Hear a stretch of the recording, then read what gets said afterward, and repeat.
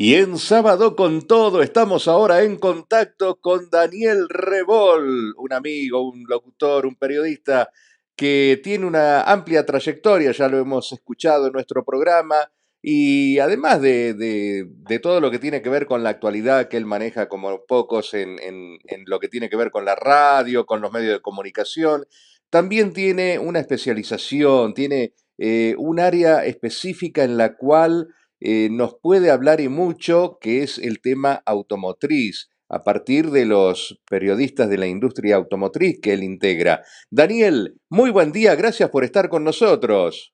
Abrazo grande, Gustavo. Siempre es un placer conversar con vos y lo hago extensivo a todo el equipo y la audiencia.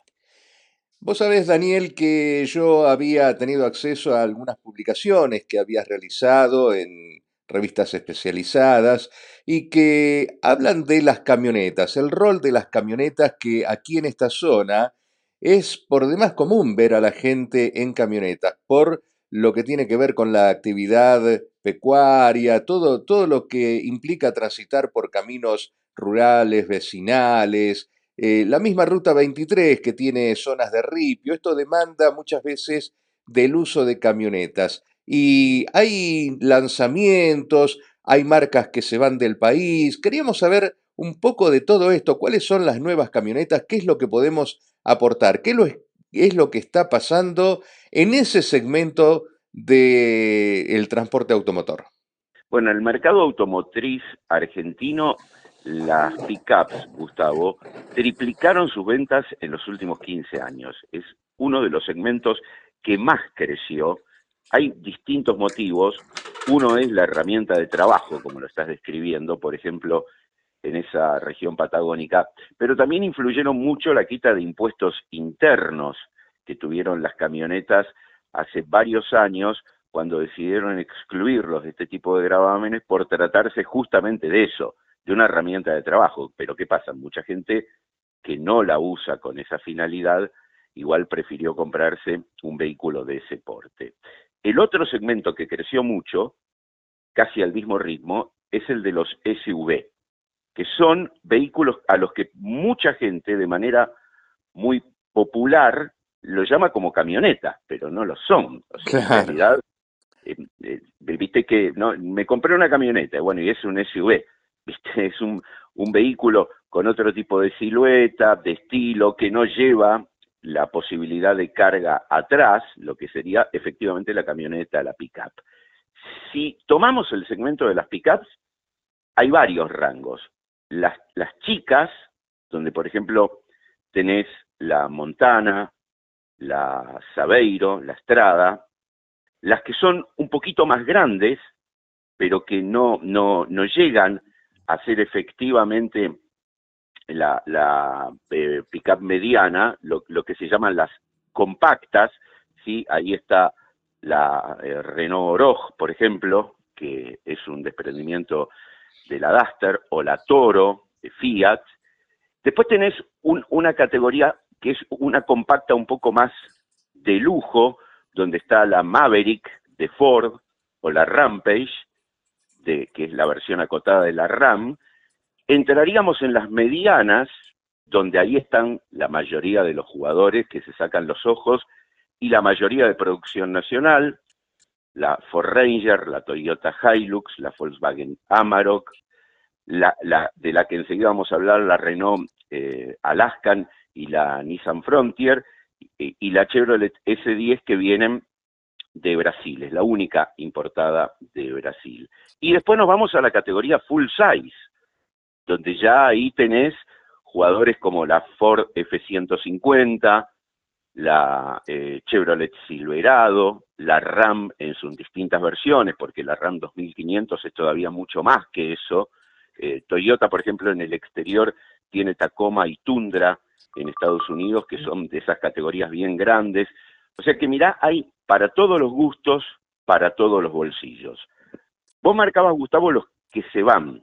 Bueno, la Sí. que se va es Frontier. Nissan deja de ser miembro de ADEFA, la Asociación de Fábricas, a fin de año, porque dejará de producir. Hubo un acuerdo por 7 años, que se termina ahora, a fines de 2025, y no lo renueva Nissan en la planta de Santa Isabel, en Córdoba, que está cumpliendo 70 años, que es la planta de Renault, donde sobre la misma plataforma que montan la Nissan Frontier y la Renault Alaskan. Ambas van a dejar de producirse, con la diferencia que Frontier volverá a ser importada desde México. Eso fue algo que ya nació mal. Es un proyecto que creció torcido porque el tercer socio se bajó antes de comenzar la producción, que fue Mercedes-Benz, que iba a producir una camioneta que llamaría clase X, ¿no? Y entonces ya quedó ahí medio huérfano, le faltó una pata, el mercado es muy competitivo, Frontier vendió bien, pero nunca llegó a cumplir, digamos, los objetivos, y Renault con Alaskan fue muy pobre lo que tuvo para vender, y Renault va a venir el año próximo con un proyecto de una camioneta mucho más ambiciosa, que se llamará Niágara en principio, ese es el nombre del proyecto, veremos si se lo mantienen al producto, sería muy curioso que algo que se hará en Córdoba lleve el nombre de otras cataratas, Claro. ¿no? Como Niágara, pero bueno, se bromeó bastante sobre el tema. Y la otra que tiene una reconversión es Amarok, que en sociedad con un gigante chino, a partir de 2027 seguirá produciendo en la planta de General Pacheco, pero una nueva pickup Amarok, ¿no? Recordamos que Amarok fue la precursora en la motorización V6, que por ejemplo ahora Ford también tiene una versión de la Ranger Limited Plus con motorización V6. Y ese es más o menos el panorama de lo que hay, de lo que vendrá. Me falta un detallecito, se viene una nueva Fiat que se llamará Titano, y que vendrá a reemplazar otro proyecto frustrado que es el de Peugeot con la Landtrek, ¿no? Que es un vehículo que se está ensamblando en Uruguay, que se vende en otros mercados, pero que la corporación Stellantis prefirió no traerlo a la Argentina con el nombre de Peugeot. Algunos ya rememoraban aquella vieja camioneta del Peugeot 504, y Peugeot tuvo un modelo acá compacto que se llamó Hogar, y prefirieron dárselo a Fiat, ¿no? Que ya no solo tiene la Strada, la Toro en el otro segmento como mencionamos, sino que también tendrá la Titano, que irá a competir ahí más con la Maverick y con la Rampage. Ahora, Daniel, quiere decir que cuando hablamos, por ejemplo, en el caso de Nissan, que termina en 2025, estamos viendo entonces un proyecto que tiene punto final, que no tiene nada que ver con consecuencias que se puedan estar dando en el país o en el mundo, ¿verdad? Nada que ver Sí y, con las cuestiones de aranceles, nada que eso, ¿no? ¿Nada que ver? ¿O sí sí? y no. Ajá. Yo creo que son decisiones que no se toman de un día para el otro, es algo que todos los que estamos en el sector veníamos escuchando como un rumor muy posible y termina concretándose. Tiene que ver que traído desde México no paga aranceles. Bueno, de hecho, el acuerdo de liberación de aranceles Mercosur también incluye a México, es un extra. Para que esto se dé igual, tenés que, para importar, vos tenés que exportar la misma cantidad, no es libre. O sea que ya ahí Nissan Claro. va a perder ciertas condiciones, porque Nissan podía, por ejemplo, exportar, o puede por ahora todavía, mandar Frontier hacia otros mercados, como de hecho lo hace a Colombia, a Chile, a Brasil, y traer desde Brasil distintos modelos de autos de Nissan. Es una compensación, es una balanza. No es que se puede, que es libre de aranceles por completo, nunca lo fue así.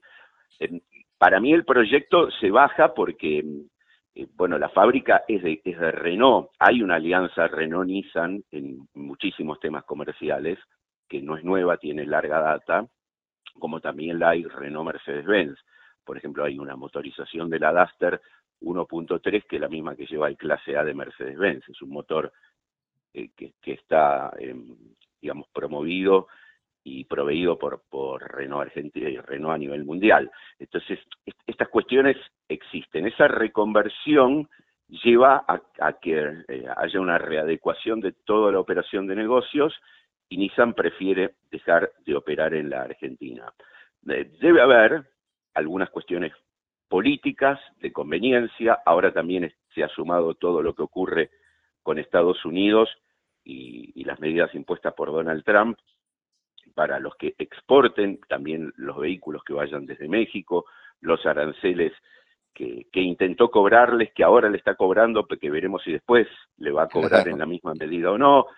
Eh, Hay distintas cuestiones. La pérdida de la fuente de empleo por ahora es de un tercio, 2 tercios los va a absorber Renault con el proyecto Niágara, pero hay un tercio de empleados, los 900 que tiene Santa Isabel, que ahora están, bueno, esperando alguna decisión a futuro, ¿no?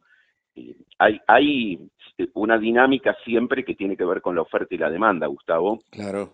los cambios que van teniendo el comportamiento, ¿no? Ahora, por ejemplo, tomó un nuevo impulso la venta de autos, pero siempre igual estamos muy por debajo de los niveles De otros que años. y de otros años. Es muy caro montar una línea de producción, ¿no?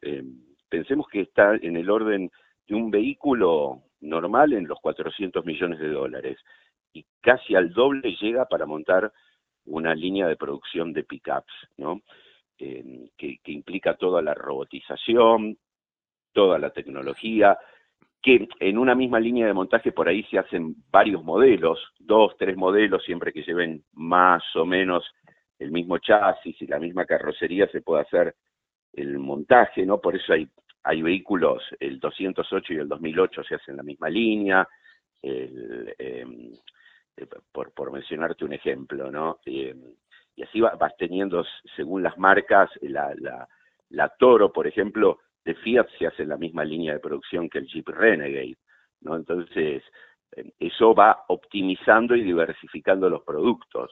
Pero pensemos que es realmente una inversión muy costosa, que tiene que ser a largo plazo, y bueno, estas variables seguramente que pesan mucho a la hora de tomar decisiones, ¿no? Ahora, Daniel, vos nos decías recién que, bueno, que en el caso de Nissan, las fuentes de trabajo se perderían un tercio y 2 tercios serían absorbidos por otra firma. Esto quiere decir, entiendo yo, que se espera por parte de esa otra firma que absorbe más obreros, que pueda sumar más ventas o no, porque si no, Bueno, lo no que pasa es que incorporaría fuentes de trabajo no, nuevas.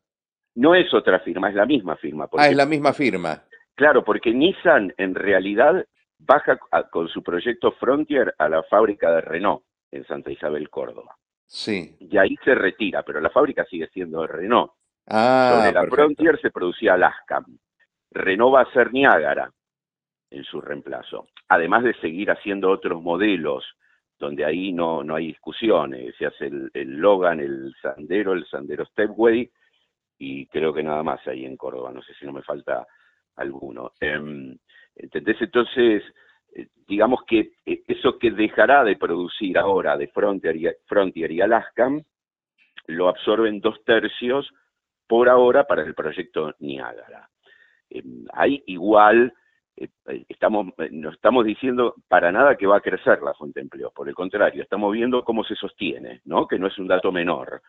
En una Argentina con la que todos esperamos que haya efectivamente crecimiento e inversión, en el sector automotriz por ahora están viendo cómo sostienen la cantidad de empleos que hay en cuanto a la decena de fábricas que hay en nuestro país. Eso quería preguntarte también, Daniel, es decir, ¿cómo están las ventas, no solamente la producción, sino las ventas de este segmento de pickups? ¿Por qué?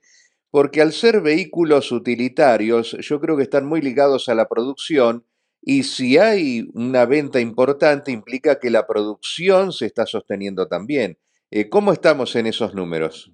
Bueno, yo te decía al comienzo de la nota que triplicamos Sí, en 15 años la cantidad de vehículos producidos, vendidos, mejor dicho, de pickups. Y que eso le va quitando protagonismo a otros segmentos, ¿no? Como los sedán o los hatchback. No para todos la pickup es una herramienta de trabajo, te repito ajá, que acá también hay mucho de moda, ¿no? claro. De conveniencia, pero por el mismo precio o un poco más, me llevo una pickup. Y bueno, y si algún día tengo que utilizar la carga, ya sé que la tengo, ¿viste? Para transportarle un mueble a un amigo que se muda, y no le da mucha más utilidad que eso. Pero también esa ventaja de la liberación de impuestos internos durante tantos años, por ser considerada una herramienta de trabajo, ha permitido que muchos se vuelquen a las pickups. Por eso las pickups ahora no tuvieron baja en los precios con la quita de impuestos, porque la quita no aplicó sobre las pickups, porque nunca los tuvo. ¿Entendés? Entonces, claro. en el rango de los vehículos de 40 a 70 millones de pesos, que es donde se produjo la mayor aplicación de la quita por ahora provisoria de ciertos impuestos, las pickups ya no venían tributando eso. Entonces ahí no tuvieron modificación, siempre en un mercado, Gustavo, que es carísimo, ¿no? Los autos en la Argentina, el 53% promedio es impuestos de lo que se paga, se ha vuelto un objeto de lujo, ¿no? Sí, es cierto, porque además cuando, bueno, uno escucha por ahí hablar desde otros países, los informes que dan, ¿no? Y donde hablan, bueno, de vehículos por ahí de $20.000, $30.000, pero, y uno compara con los precios de acá, ¿no? Se me ocurre que, como tantas otras cosas, tenemos precios muy caros en dólares también, ¿no? Sí, sí, absolutamente. Tenemos todo un desfasaje que hace que el mismo vehículo en dólares acá cueste el doble, ¿no? Y además las dificultades para poder traerlo, ahora eso se va regularizando un poquito. Se viene, por ejemplo, mira, mencionando las pickups, esta semana se presentó en el partido de Exaltación de la Cruz, que tuve la oportunidad de estar, la nueva L200 de Mitsubishi, que ha sido un vehículo que tuvo bastante protagonismo en su momento. Después Mitsubishi entró en retirada en los últimos 10 años en la Argentina, vuelve, hoy va a ser el vehículo, digamos, más nuevo del segmento pickups, porque ¿qué ocurre? Que llega casi al mismo tiempo que en el resto del mundo. Se fabrica en Tailandia y la aspiración es de vender 1.000 unidades este año y 1.500 el año próximo. Es muy chica la porción a la que aspira a vender Mitsubishi. Pero ¿qué pasa? También tiene que ver con esto, con la posibilidad de contar con los dólares para poder importar el vehículo, que va a tener un buen precio, va a andar en el orden de los 60 millones de pesos, que va a estar ahí en el rango de los de, digamos, de los principales rivales que hay como jugadores en el mercado, y es una apuesta que hace el importador, ¿no? Pero claro, empezó también la invasión china, porque acá estamos hablando de una marca japonesa que compite con Toyota, con Nissan, todos japoneses, pero los chinos también ya tienen camionetas. Pensá que hay más de 50 marcas chinas que venden a grandes volúmenes, de las cuales apenas llegó media docena acá a la Argentina recién, ¿no? Esta liberación que propone el gobierno de Milei, y bueno, va a provocar eso. Nuestro mercado va a ir pareciéndose un poco más entonces al de Chile, al de Uruguay, que no tienen prácticamente producción de autos, y vamos a tener toda esa invasión. Entonces, ¿qué vamos a hacer con las fábricas que están acá? Ahora también Además, pasó algo muy curioso. sí. Hace años Ford se fue de Brasil, pero decidió quedarse en la Argentina. Ford en Brasil levantó todo, cerró su producción. Una marca muy fuerte en toda la región, ¿no? Algunos dicen que efectivamente son cuestiones políticas. Eh, bueno, hay distintas cuestiones que por ahí nos exceden para saber cuáles son las razones de las grandes corporaciones.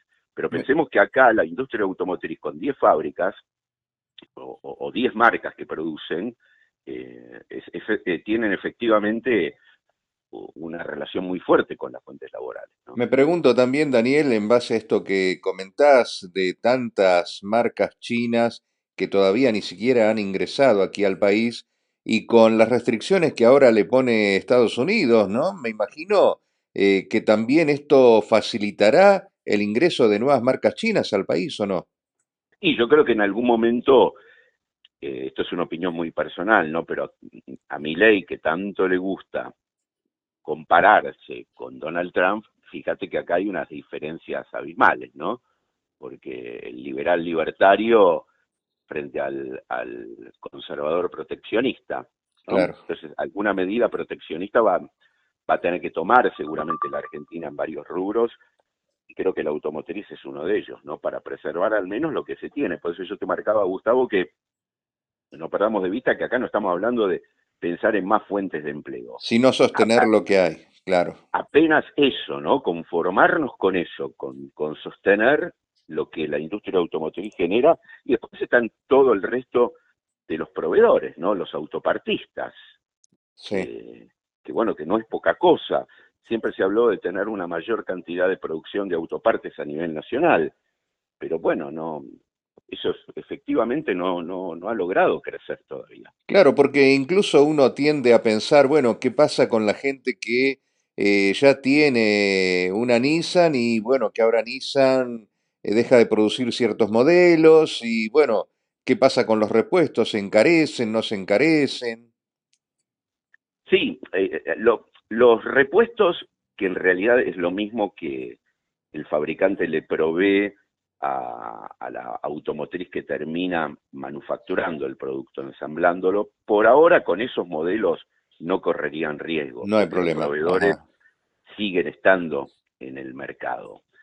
Por ahora, llegará un momento en que, como todo, si el modelo se discontinúa y se deja de utilizar tal autoparte, puede generarse algún tipo de complicación, ¿no? Entonces ya vas al genérico y no vas al original. Eso ya ocurre con muchísimos modelos. Sí pensemos que cuando hablamos de una automotriz que fabrica, la automotriz no fabrica todo. O Claro. sea, te diría que, es más, lo que hace es darle, primero, bueno, el diseño al producto, ¿no? Luego ejecutarlo y después manufacturarlo con lo que se llama el ensamblaje. Pero después tiene un sinfín de proveedores y eso es muy notable cuando ves que, por ejemplo, distintos modelos de una misma marca tienen, no sé, el cuadrante, por ejemplo, del vehículo, donde está la pantalla, donde está toda la información, el tablero, es el mismo en distintos modelos, ¿no? Y eso es porque, bueno, claro, es el mismo El proveedor mismo que te proveedor, lo da. exacto. Sí, sí. Sí, o esto que te decía de los motores, ¿no? Un Mm, motor de una Duster en un clase A de Mercedes-Benz, por claro. mencionar un caso emblemático, ¿no? Y es un motor desarrollado por Renault para un Mercedes. Entonces, se da esa provisión, ese intercambio comercial y después de un montón de autopartistas. Hay muchos de fabricación nacional, ¿no? Que van haciendo todo, desde las butacas, los tapizados, las distintas partes del motor, no, hay mucho de eso. Entonces, mientras esos autopartistas sigan existiendo en la Argentina o en el resto del mundo, no va a haber dificultades para la provisión de los repuestos que se necesitan. En el inicio de la charla, Daniel, vos nos aclarabas, bueno, esta diferencia que uno le dice camioneta por ahí a la pickup y al SUV. Me gustaría saber si todos, si ambos, digamos, la pickup y el SUV están en estos momentos en la gestación de las condiciones de motores híbridos o eléctricos, o solamente esto está en la gama SUV. ¿Cómo está la parte esta de esta nueva forma de, bueno, nueva, digamos, de unos años a esta parte, de generación de la energía que impulsa al vehículo? Claro, yo te aclaraba, Gustavo, que camioneta es efectivamente la pickup porque es la que permite tener carga y Claro, camioneta es como una suerte de diminutivo de camión, ¿no? sí, Entonces, sí. de ahí viene. ¿Y esas son Em, solamente a combustión o, digamos, cuál es la fuente de energía? ¿O pueden ser eléctricas también e híbridas? bueno, mira, en SUV ya hay bastante híbrido, Ajá, ¿sí? Porque, por ejemplo, por mencionar un caso emblemático, el Corolla Cross es un SUV de Toyota y al igual que el Corolla, también tiene la versión híbrida. En eléctricos todavía es mucho más difícil, si bien hay desarrollos, porque justamente son vehículos que, porque están diseñados para cargar, una pickup puede cargar hasta casi 1 tonelada, si es pickup mediana estamos hablando, no una sí. compacta, que es mucho menos, y una chica menos todavía, pero una mediana, y la full size, viste que se caracterizan no tanto por tener mayor capacidad de carga, se sostiene en 1 tonelada, pero tiene una capacidad de fuerza, de tiro, pues pueden, las full size pueden remolcar desde una casa rodante sin problemas hasta una maquinaria agrícola, ¿no? Bueno, todo eso implica tener motores que demandan mucho consumo, ¿no? Así que Claro, por y ahora te esto diría, eléctrico no. Lo eléctrico no, es, claro, eléctrico, al menos para la Argentina, no. Sí claro, hay, por ejemplo, en el mundo camiones que tienen motores eléctricos, eso sí, pero bueno, también tienen una red que les permite abastecerse, algo que acá es imposible de pensar. Estamos muy lejos de Uruguay, querido Gustavo. Uruguay es impresionante cómo ha desarrollado una red eléctrica en los últimos años y ya la cantidad de vehículos que tiene. Así que estamos muy lejos, muy, muy atrasados. Tendrá que ver con los problemas propios que nos superan, con la falta de previsión que nos caracteriza, o también con la superficie enorme de nuestro territorio, que no es un dato menor, ¿no? Pues tampoco se puede pensar en un desarrollo de un vehículo de carga cuando en el interior de nuestro país, donde vos estás, donde yo estoy en Tandil, no, no hay ni siquiera posibilidad de cobertura, en muchos casos de celular, ¿no? De claro. señal de celular. Entonces, bueno, ¿qué vamos a pensar en una red de provisión de abastecimiento de Bueno, pero electricidad? ustedes en Tandil tienen ahí alguna forma de carga de vehículos eléctricos. Es muy difícil, es muy costoso, tecnológicamente es muy dificultoso poder contar con esas estaciones de carga. Lo que creo es que primero tiene que ser iniciativa de las petroleras, ¿no? Ir migrando hacia ese combustible alternativo e ir ofreciéndolo. Y lo que pasa es que las petroleras, muchas no generan electricidad.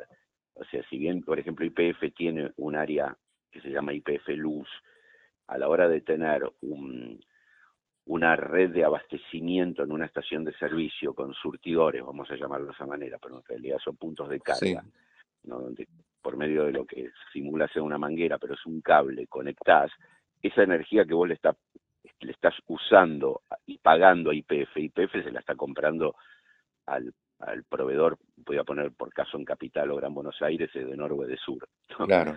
Depende de la ubicación. O sea, no es energía propia. ¿No? También tiene que haber, me parece, una readecuación del negocio, porque la petrolera vende sus productos que son derivados del petróleo, y en este caso la energía eléctrica, que podría ser un producto propio, se la está comprando a otro, ¿no? Y está Claro. como tratando de brindar un servicio porque trabaja con vehículos y los vehículos, bueno, van cambiando su forma de combustión. O sea, se necesita, me parece, un diseño que yo no veo que nadie lo esté haciendo en el gobierno en estos momentos, ¿no? Acá es como una cuestión que ni siquiera es prioritaria. De hecho, la exhibición de los gravámenes para importar eléctricos e híbridos pone un tope de $16.000, Gustavo, Claro. $16.000, o sea, es lo mismo que decir nada, Sí, porque qué vehículo con los precios que tienen, eléctrico o híbrido, va a entrar con el rango menor de $16.000 para no tributar. claro. ¿Y qué otro beneficio tenés? Y bueno, si vivís en Ciudad de Buenos Aires o en una treintena de ciudades del país, no pagás la chapa patente, ¿viste? El impuesto automotor. Bueno, sí, pero son mínimos como para efectivamente estimular una migración a ese tipo de combustión. Habría que mirar entonces un poco más el modelo uruguayo como para ver de qué forma resolvieron ellos esas cuestiones, ¿no? Sí, Uruguay y Brasil, por mencionar la región, se los ve muy desarrollados comparado con nosotros. Bueno, Daniel, te agradezco muchísimo este rato de conversación en el cual nos has interiorizado de todas las novedades, tanto los lanzamientos como las que lamentablemente se van en lo que hace a casas productoras de pickups y SUV, estos vehículos que son tan comunes aquí en nuestra región. Muchísimas gracias, Daniel, como siempre. Y a tu disposición, Gustavo, un abrazo muy grande para todos. Que Un tengan lindo abrazo fin. enorme. Ahí estaba con nosotros Daniel Rebol desde Tandil, hablando de todas las novedades del mercado automotriz.